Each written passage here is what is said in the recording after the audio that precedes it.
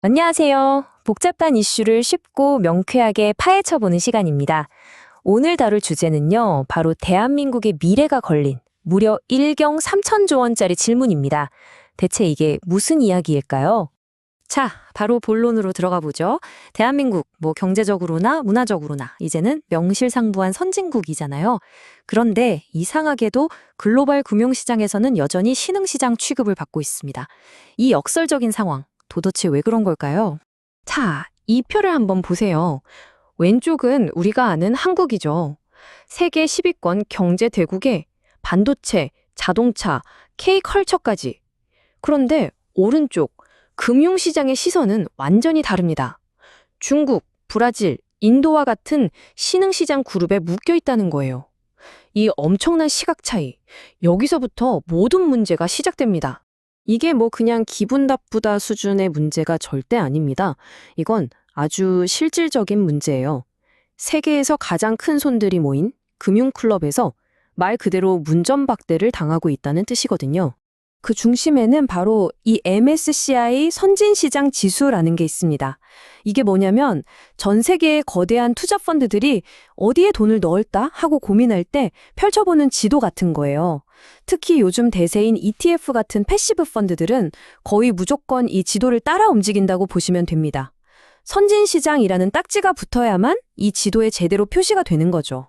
그리고 이 지도를 따라 움직이는 돈의 규모가 정말 상상을 초월합니다. 무려 1경 3천조 원, 감도 안 오는 엄청난 액수죠. 한국이 신흥시장에 머물러 있다는 건 바로 이 막대한 자본의 흐름에서 철저히 소외되고 있다는 뜻입니다. 그 결과가 바로 우리가 지겹도록 들어온 코리아 디스카운트입니다. 삼성전자나 현대차 같은 우리 기업들이 가진 진짜 실력에 비해서 주식시장에서는 항상 뭔가 좀 싸게 평가받는 현상, 이게 계속될 수밖에 없는 구조인 거죠. 아니 그러면 경제 규모도 충분하고 기업들도 훌륭한데 도대체 뭐가 문제라서 계속 선진시장으로 못 들어가는 걸까요? 구체적인 이유가 있겠죠? 사실 이 도전의 역사가 정말 깁니다. 1992년에 신흥시장에 들어간 뒤로 무려 30년이 넘었어요. 2009년에는 관찰 대상국에 올라서 거의 다 된 줄 알았는데 2014년에 도로 빠져버렸고요. 그 후로 계속 문을 두드렸지만 번번이 실패했습니다. 정말 길고도 답답한 과정이었죠. 자, 이게 바로 MSCI의 성적표인데요. 보시면 문제가 아주 명확하게 드러납니다. 경제 발전 수준? 문제없죠. 통과. 시장 규모나 유동성? 당연히 통과. 그런데 딱 하나, 시장 접근성 항목에서 계속 X표를 받고 있는 겁니다. 이게 바로 한국의 아킬레스건인 거죠. 그럼 그 시장 접근성이 대체 뭐냐? MSCI가 구체적으로 지적하는 항목들이 바로 이런 것들입니다. 24시간 내내 원화를 달러로 바꿀 수 있는 시장이 없다거나 외국인 투자자 등록 절차가 너무 까다롭다.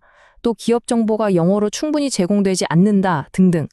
한마디로 글로벌 투자자 입장에서 너희 시장에 투자하고는 싶은데 시스템이 너무 불편하고 폐쇄적이야 라고 계속해서 지적하고 있는 겁니다.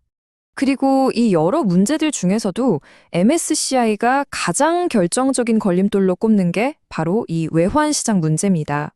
뉴욕이나 런던에 있는 투자자들이 자기들 시간에 맞춰서 한국 원화를 자유롭게 사고 팔 수 없다는 것, 이게 가장 큰 문제라는 거죠. 자, 그래서 한국 정부도 더는 안 되겠다 싶었겠죠. 마침내 이 가장 큰 장애물을 치우기 위해서 아주 구체적인 계획을 들고 나왔습니다. 계획은 아주 명확하고 공격적입니다. 우선 2026년 7월부터 외환시장 문을 24시간 열어젖히겠다는 거고요. 그리고 해외 금융기관들이 한국 밖에서도 원화를 직접 거래할 수 있도록 시스템을 만들겠다는 겁니다. MSCI가 가장 중요하게 지적했던 바로 그 문제를 정면으로 돌파하겠다는 의지죠.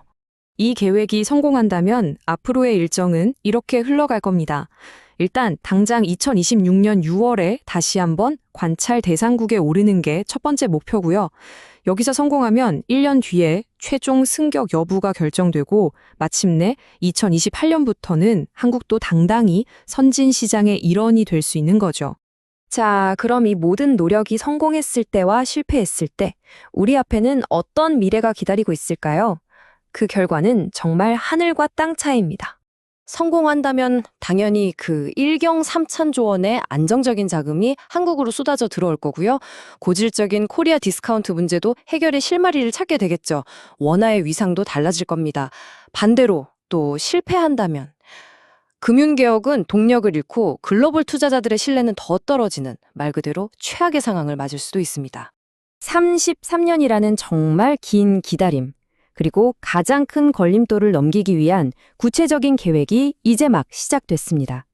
과연 2026년 대한민국은 이 지긋지긋한 벽을 허물고 마침내 선진 시장의 문을 열 수 있을까요? 이제 전 세계가 지켜보고 있습니다. 좋아요, 구독 부탁드립니다. 감사합니다.